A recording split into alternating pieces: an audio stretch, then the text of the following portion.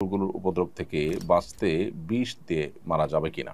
উত্তর হ্যাঁ, এটা আপনি করতে পারবেন। বিশেষ করে যখন এটা থেকে আত্মরক্ষার জন্য আপনার আর কোনো উপায় থাকবে না, তখন আপনার জন্য এটা নাজায়েজ কিংবা হারাম হবে না। যেকোনো পশু, যেকোনো প্রাণী যদি মানুষের উপদ্রবের কারণ হয়, মানুষের বিরক্তির কারণ হয়, কষ্টের কারণ হয়, সেটা থেকে আত্মরক্ষার জন্য বা মুক্তি লাভের জন্য সেটাকে নির্ধারণ করা মুসলমানদের জন্য জায়েজ আছে। তবে সেক্ষেত্রে লক্ষ্য রাখতে হবে যে অমানবিক কোনো উপায় যেন অবলম্বন করা না হয়। নির্মম কোনো উপায় যেন তাকে হত্যা করা না হয়, সেদিকটা আমাদের খেয়াল রাখতে হবে। আর যদি হত্যা করা ছাড়া অন্য কোনো বিকল্প থাকে তাহলে সেটা অবলম্বন করতে হবে। ৪ রাকাত ফরজ নামাজের ক্ষেত্রে ২ রাকাত পড়ার পর তাশাহুদ না পড়ে দাঁড়িয়ে পড়লে করণীয় কি? সাহু সিজদা করলে কি নামাজ হবে? উত্তর হলো হ্যাঁ, সাহু সিজদা করলে নামাজ হয়ে যাবে। ফরজ ৪ রাকাত নামাজের মধ্যে ২য় রাকাতে বসাটা আপনার জন্য ওয়াজিব ছিল। সে ওয়াজিব তরক হয়েছে দাঁড়িয়ে যাওয়াতে, তাতে আপনার নামাজ নষ্ট হয়ে যাবে না।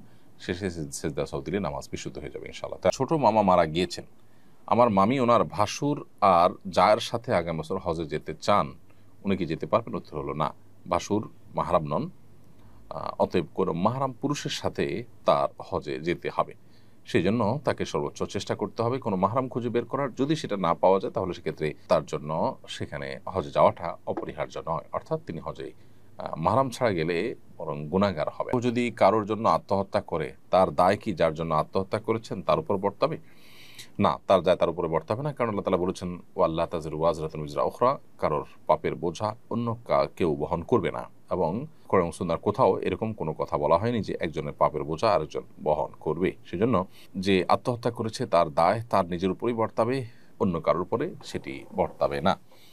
তবে কেউ যদি তাকে প্ররোচিত করে থাকে, কারোর কারণে যদি তিনি এই ভুল পথে এসে থাকেন, তাহলে যতটুকু দায় আছে, যতটুকু তার ভূমিকা আছে এক্ষেত্রে, সেটার জন্য তিনি অবশ্যই আল্লাহ তাআলার কাছে জবাবদিহিতার মুখোমুখি হবেন।